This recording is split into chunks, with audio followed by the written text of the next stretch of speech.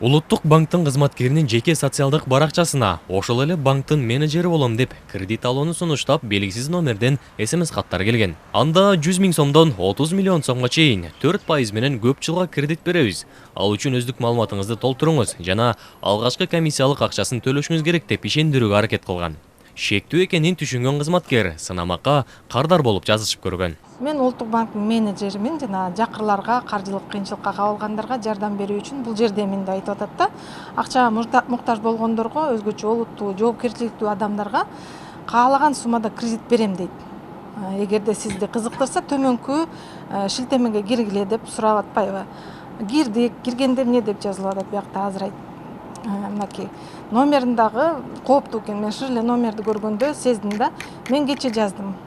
Билмексиген болупчу, кредит берүү шарттарын айтып кетсеңиз, Бишкектесизби десем, адресин да айткан жок, шартын да айткан жок, просто айтып атат. 100 000ден 30 миллионго чейин чөт эле берем депчи, бир айдан 30 жылга чейин 4% менен, мындай пайыз жок да. Мындай төмөн пайыз менен бербейт да. Анан кайсы документтер талап кылынат? Силер кайдасыңар деп мен 3 жолу сурасам, үчөөнү тең жооп берген жок кайсы жерде экен. Бирок но шарттары имиш. ID карт 18 жашта болушуң керек. 1 сааттын ичинде формалдуулуктарды бүтүрүңүз дейт. Байкап 1 сааттын ичинде мен ага аны менен байланышка чыгышым керек экен да, макулдугун беришим керек экен. Эгер шарттар сизде туура болсо жооп бериңиз дейт. Ырастайм дейт. Анан кайсыл жердесиң десем, кайра жазып атам да. Ооба мен 18демин, кайсы комиссияны айтып жатасыз, кайсы комиссияны төлөшүм керек десем, комиссия бул банкка сизди каттоого, жана кредитиңиз боюнча түз өтүүгө мүмкүндүк берүүчү комиссия дейт. 1 сааттан кийин кабыл алыңыз дейт. Же бул переводчик менен жазып атабы, жакшы түшүнгөн жокмун. Комиссиянын баасы канча десем, 3800 сомони деп жазып атат да. Же бул Тажикстандабы, же эмне болгон кишилер жазып аткан түшүнгөн жокмун. Ушундай мошенниктерди табыш керек болду да. Просто мен жөнөкөй кардар катары билмексиген болуп жазып атам. Хотя мен бир көргөндө эле билдим бул мошенник экенинчи. Болбой эле жазыша бердим. Анан бул сурап атат, персоналдык данныйыңды бер депчи. Мен айтып атам, мен телефон аркылуу эч кандай маалымат бере албайм. Силердин офиске барып, көзмө-көз көрүшүп, андан кийин кадамды жазайм депчи.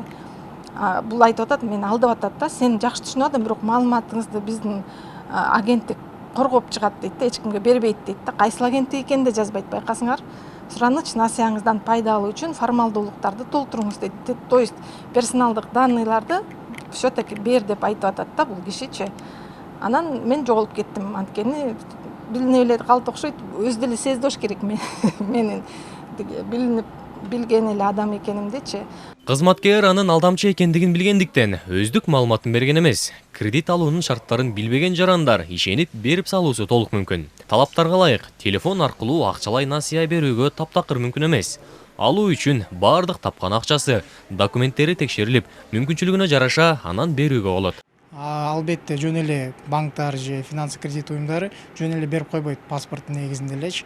Анын үчүн банктардын кызматкерлери жана башка кредит берип аткан уюмдар алар телефон аркылуу эч качан кредит беришпейт.